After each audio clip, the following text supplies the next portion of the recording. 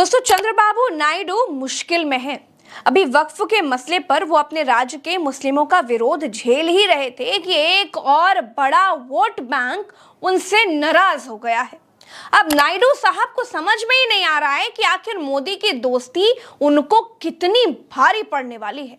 वो दिल्ली में मोदी जी की बैसाखी बने हैं, लेकिन आज खुद बेबस पड़े हैं, परेशान हैं और परेशान होकर उन्होंने मोदी जी को चिट्ठी भी लिख दी है। असल में दोस्तों, उनकी परेशानी की वजह है मोदी जी के खास दोस्त ट्रंप। जी हाँ दोस्तों, ट्रंप ने कई देशों पर टैरिफ बढ़ा दिया है। भारत भी उसकी जद में है, लेकिन नायडू साहब इसलिए परेशान हैं क्योंकि उनके राज्य में जो मछुआरे हैं उनका व्यापार ठप हो रहा है, क्योंकि फिश और सी फूड पर भी टैरिफ लागू है। इसलिए वो नायडू साहब से अपील कर रहे हैं कि आप मोदी जी से बात कीजिए और हमको इससे राहत दिलवाइए, वरना हम तो बर्बाद हो जाएंगे। अब नायडू जी ने मोदी साहब को चिट्ठी तो लिख दी, लेकिन खत का जवाब नहीं मिला है। दोस्तों, अगर मछुआरों की बात करूं तो आंध्र प्रदेश के कोस्टल इलाके में, समुद्र के किनारे वाले इलाके में करीब 500 से ज्यादा गांव ऐसे हैं जहां लगभग 1.5 लाख मछुआरे परिवार रहते हैं, जिसमें करीब करीब 5 लाख लोग आते हैं। और चंद्रबाबू नायडू कभी नहीं चाहेंगे कि ये लोग उनकी पार्टी से नाराज हो जाएं। चंद्रबाबू नायडू ने अमेरिकी टैरिफ से झींगा उत्पादन पर संकट की चिंता जताई है।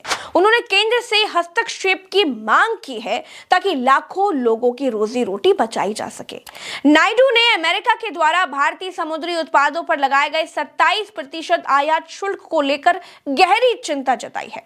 नायडू ने क्या कहा है वो मैं आपको बताती हूँ। नायडू ने कहा, इस शुल्क के प्रभाव से राज्य का एक्वाकल्चर क्षेत्र, विशेष रूप से झींगा मछली उत्पादन और निर्यात पर गंभीर संकट पड़ सकता है।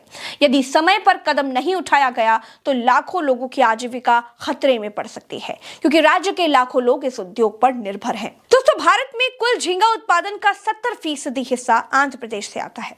भारत ने अमेरिका को $2.36 बिलियन कीमत के सी फूड्स एक्सपोर्ट किए, जिसमें झींगा 92% है। अगर भारतीय रुपयों में इसे समझें तो करीब 19,735 करोड़ रुपए।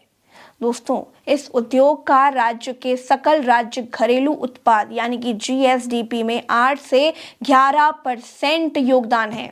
और दोस्तों, इससे करीब 50 लाख लोग डायरेक्ट या फिर इनडायरेक्ट वे में जुड़े हुए हैं।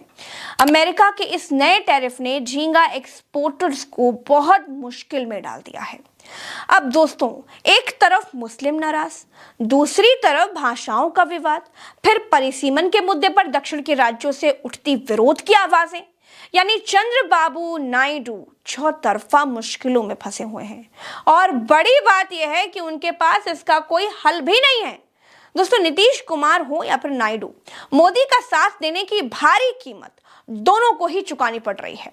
पार्टी में टूट हो रही है, नेता साथ छोड़ दे रहे हैं, वोट बैंक दरके जा रहे हैं। आखिर कोई भी क्षेत्रीय दल ये सब कुछ आखिर कब तक बर्दाश्त करेगा? जाहिर सी बात है कि नायडू और नीतीश कुमार भी अब असमंजस में हैं। अब देखिए, ये जो टैरिफ का मसला है दोस्तों, ये लगातार बड़ा होता जा रहा है। नायडू के सामने मुसीबत ये है कि अगर वक्त रहते इसका हल नहीं निकला, फैसला नहीं हुआ, तो एक बड़ा वोट बैंक चंद्रबाबू नायडू के हाथ से निकल जाएगा। दोस्तों, गुजरात में कांग्रेस का अधिवेशन था। वहां राहुल गांधी ने भी टैरिफ के मुद्दे को उठाकर डायरेक्ट मोदी पर निशाना साधा है।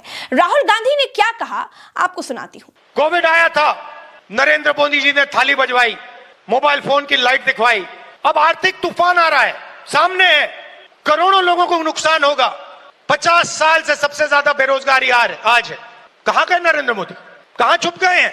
राहुल गांधी इस मुद्दे पर बोल रहे हैं, लेकिन जहां ये समस्या लगातार बड़ी होती जा रही है, वहां उस राज्य में वहां के मुख्यमंत्री होठों को सिले बैठे हैं, चुप हैं।